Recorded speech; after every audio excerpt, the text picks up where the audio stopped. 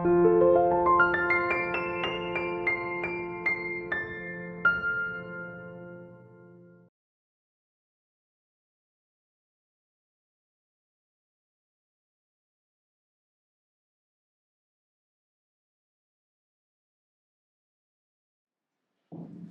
다음에 이제 한번 베드로를 살펴보겠어요. 베드로는 예수님의 제자로 부르심을 받을 때 밤새도록 그 물고기를 잡으려고 밤을 샜어요. 밤을 꼬박꼬박. 여러분들 한번 밤을 꼬박 쓴 적 있어요? 네. 그냥 방에서가 아니고 밖에서 이렇게 뭘 하면서. 그래서 해가 조금씩 뜨고. 한 마리도 잡지 못했다. 굉장히 절망스러운 상태인데 이때 예수님께서 베드로에게 깊은 곳에 그물을 내려서 물고기를 잡아라. 이렇게 말씀하셨어요. 그때 베드로가 예수님께서 하신 말씀대로 깊은 곳에 그물을 내려서 엄청나게 많은 물고기를 잡았어요.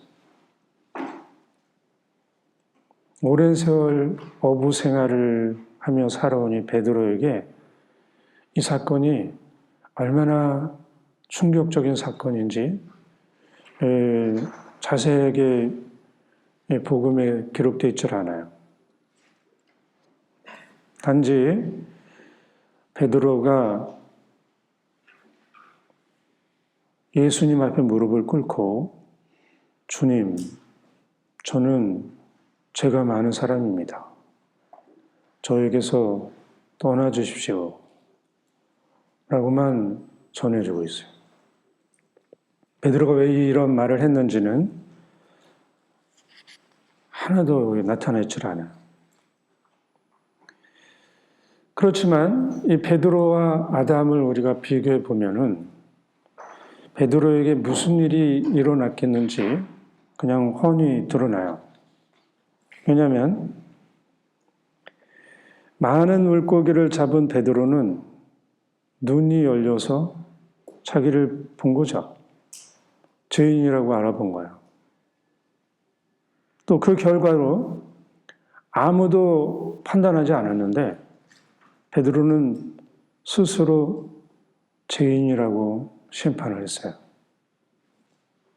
그리고 또 눈이 열려가지고 예수님이 하느님이라는 것을 알아뵙고 예수님 앞에 엎드려서 자기에게서 떠나달라고 이렇게 부탁을 해요.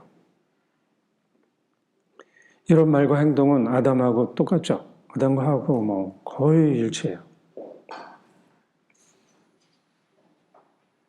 이 사건은 살아있는 베드로가 하느님이신 예수님의 빛을 받아서 여기서도 마찬가지로 눈이 열려서 자기가 누구인지 환히 볼 수 있게 됐고 그 결과로 자기가 죄인인 것을 알고 그렇게 심판을 하고 그런 자기의 상태에서 예수님과 함께 할 수 없다는 것을 또 깨닫고 예수님께 떠나달라고 한 것이에요. 그러니까 좀 이해가 되죠? 이런 베드로에게 예수님께서 두려워하지 마라. 이제부터 너는 사람을 낚는 어부가 될 것이라고 하면서 제자로 부르셔요. 여기서 주목할 것은 베드로가 죽지 않았죠. 일상생활에서 하느님이신 예수님의 빛으로 자기를 환히 보고 하느님의 심판을 체험한 거죠. 그러니까 하느님의 심판은 꼭 죽어서만 가능하다? 그렇지 않은 거죠. 그러면 누가 가능한가? 일상생활에서 하느님의 빛으로 눈이 열린 사람들은 다 하느님의 심판을 받을 수 있죠.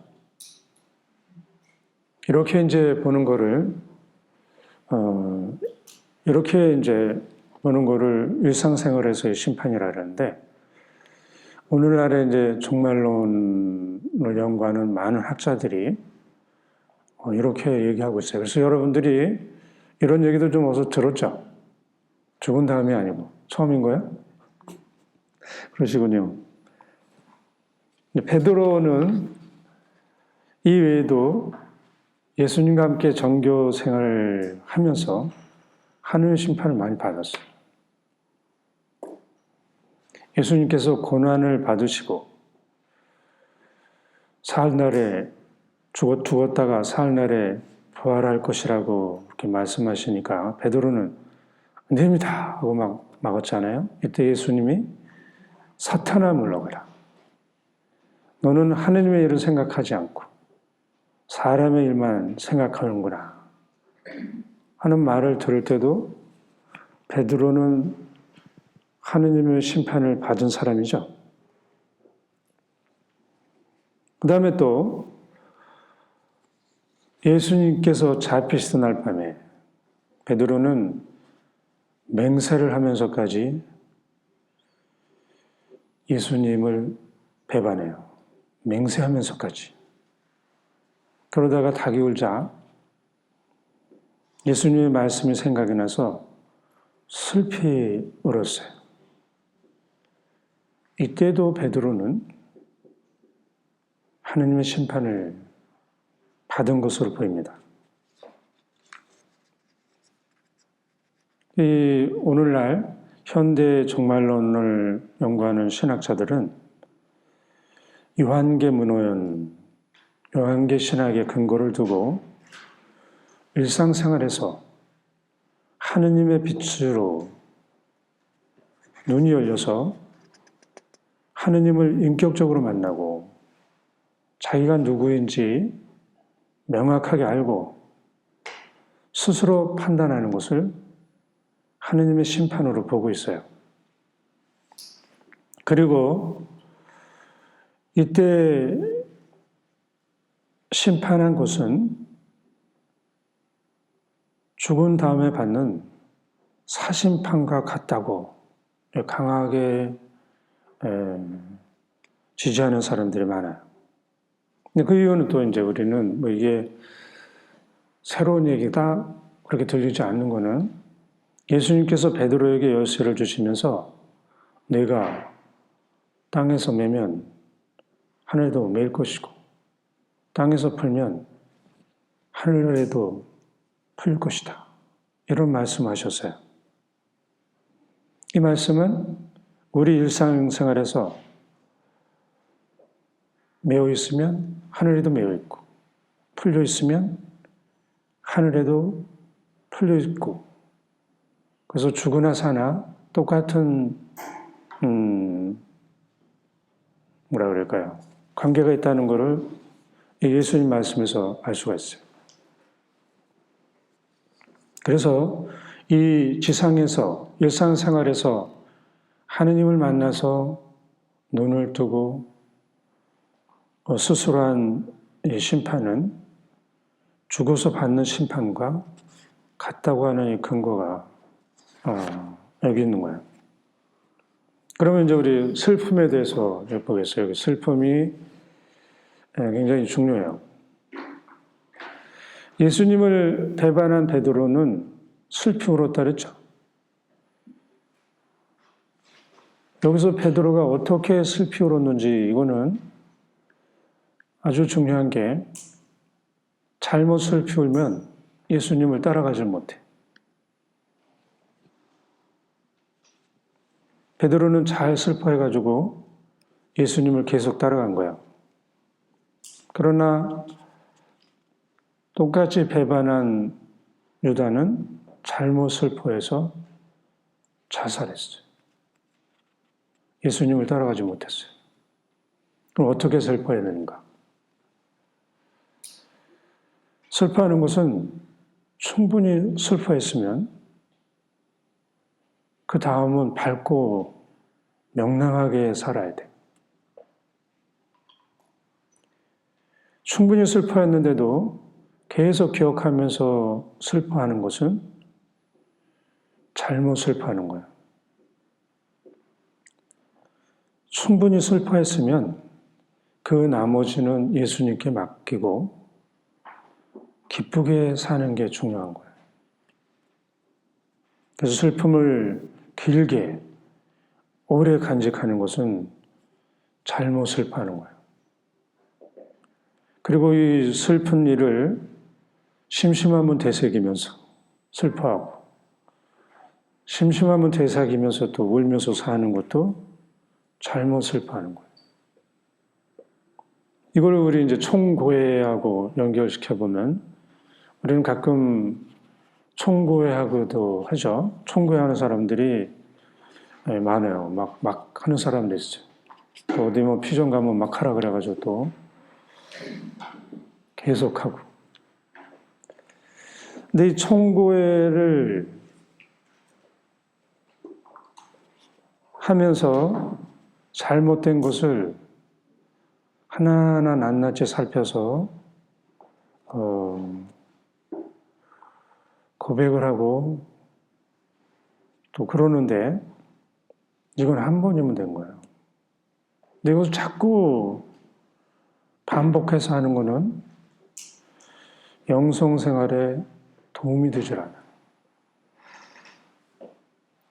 왜 그런가 이거를 이제 좀 더 구체적으로 아주 좀 냄새나게 말씀을 드리면 어떤 사람이 옷에 똥을 쌌어요. 이 비유는 제가 많이 들었어요. 어려서도. 똥을 싸놓고 그 싼 똥을 계속 여기서 이렇게 굴려보고 이렇게 굴려보고 그리고 또 괴로워하고 슬퍼하고 이렇게 살면은 어떻게 했어요? 아주 잘못된 거죠. 이렇게 싼 똥을 자꾸 여기저기 또 시간만 되면 찾아서 또 굴려보면서 슬퍼하고 부끄러워하고 괴로워하고 이렇게 산다면 여러분이 들어봐도 잘못된 거죠. 근데 이렇게 살고 있는 사람들이 많아요. 이렇게 살면 하느님의 자비와 체험을 하는 게 어려워져요. 하느님께서는 우리가 정말 더럽게 잘못을 해도 우리를 지극히 사랑하시는 분인 거예요. 그걸 우리 베드로를 통해서 알 수 있어요. 베드로가 한 번이 아니고 여러 번 배반했잖아요. 근데 이 베드로를 정말 뜨겁게 사랑하셔서 하느님 나라의 열쇠를 맡겼어요. 그래서 우리가 아주 명심해야 될 거는 자기 죄를 보고 자기의 과실을 보고 너무 오래도록 슬퍼해서는 안 된다는 거예요. 그리고 이렇게 슬퍼하는 거는 악의 유혹에 많이 빠지고 하느님께 가는데 크게 방해가 된다는 것을 여러분들이 명심해야 될 거예요. 그래서 이제 어떻게 죄를 성찰해야 될까? 죄를 어떻게 성찰할 거야? 그래서 죄를 성찰하기 전에 반드시 우리가 해야 될 거는 먼저 하느님의 자비와 사랑을 성찰해야 돼요. 묵상해야 돼. 이렇게 해야지 악의 유혹에서 벗어날 수가 있어요. 아니면은 내가 죄를 성찰하는데 이 죄를 너무 더럽고 너무 수치스럽고 아주 몸소리치게 아프게 죄를 성찰하면 어떤 일이 일어나는가 하면 죄의 무게, 죄의 아픔을 딛고 일어나서 새로운 삶을 시작하는데 많은 어려움을 갖게 돼요. 그래서 좌절하게 되기도 하고 그래서 죄를 성찰할 때는 예수님께 믿음, 희망, 사랑의 은총을 청하면서 성찰해야 된다는 것을 여러분들이 꼭 기억해야 될 거예요. 그래서 대제 중이라도 하느님의 자비와 사랑을 체험해야 죄의 무게를 이기고 또 자신의 나약함을 딛고 일어나서 새로운 신앙생활을 할 수 있게 될 거예요. 아무리 큰 죄를 지어도 예수님이 나를 사랑하고 있다고 믿어야 그 죄의 무게를 견뎌내고 일어날 수가 있을 거야. 그러나 예수님의 사랑을 믿지 못하는 사람은 다시 일어나기가 너무 힘든 거야. 그 죄의 무게에 눌려서 유다처럼 죽게 되는 거예요. 그래서 제가 다시 한번 말씀드리면 나의 죄를 묵상하기 전에 반드시 하느님의 자비와 사랑을 먼저 묵상해야 된다는 것을 기억하셨으면 좋겠어요. 그 다음에 이제 우리는 예수님을 자비로운 변호사라고 이렇게 알고 계시는 분이 있어요. 예수님은 내가 심판을 받을 때 바로 내 옆에 있는 자비로우신 변호사시다. 그게 요한 복음사가 1서 서간에 있어요. 예수님은 우리가 죄를 짓더라도 하느님 아버지 옆에서 우리를 변호해 주시는 자비로우신 변호사입니다. 이걸 좀 풀어 말씀드리면 하느님의 빛을 받아서 삼위일체이신 하느님 앞에서 스스로 심판을 하게 될 때 내 옆에 나를 변호해 주시는 자비로우신 변호사 예수님이 계셔서 나를 변호해 주신다는 거예요. 이분도 심판관인데 여기서 이제 변호해 주신다는 의미가 무엇인가? 예수님께서 나의 죄를 낱낱이 보시고 하느님의 자비와 사랑이 부족한 자리에 하느님의 자비와 사랑이 넘치고 넘치도록 채워주셔서 나를 자비로운 사람이 되게 해주신다는 거예요. 그러니까 예수님께서 바로 내 옆에 계셔서 나에게 하느님의 자비가 사랑이 넘치도록 이렇게 주입시켜 주신다는 말 알죠? 주입된다. 가득 차는 거야. 완전한 하느님 나라에 살 수 있게 해주시는 거고, 이렇게 하느님 나라가 하느님의 자비로 완성되어 나아간다는 것을 알려주신다는 거예요. 그러면 이제 우리가 연옥에 대해서 얘기를 하겠어요.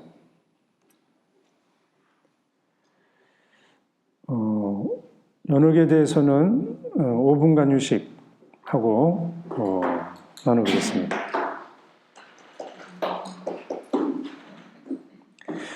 말씀드린 것 중에 이해가 안 가는 게 있어요?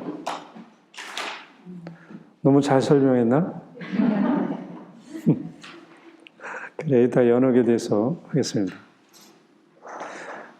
이거 못 알아들을까봐 너무 걱정했는데, 저는 이거를 이렇게 쉽게 설명하느라고 너무나 힘이 들었어요. 한 이틀인가를, 하루에 16시간씩 이렇게 공부해 본 것도 처음인 것 같아요. 오늘 여기도 또 점심도 못 먹고 왔어요. 여기 정리하느라고. 좀 드시겠어요? 근데 이거 물 먹으면 될 것 같아요. 금붕어처럼 물 먹고.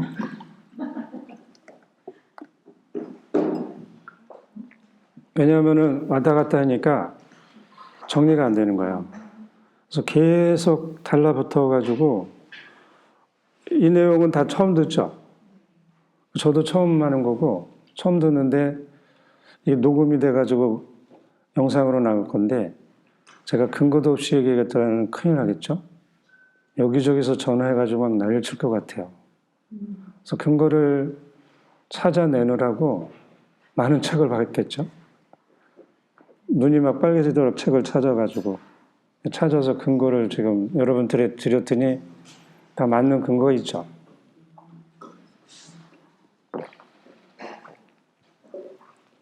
그러니까 우리가 하느님으로부터 심판을 받아도 받을만 하죠. 연옥도 제가 이따 설명을 드리면 가볼만 한 거예요. 그리고 실제로 이제 우리가 여기서 연옥을 사는 건데, 연옥도 완전한 사람이 되기 위한 그 과정이 있는데, 거기도 하느님의 사랑과 자비가 넘치는 거예요.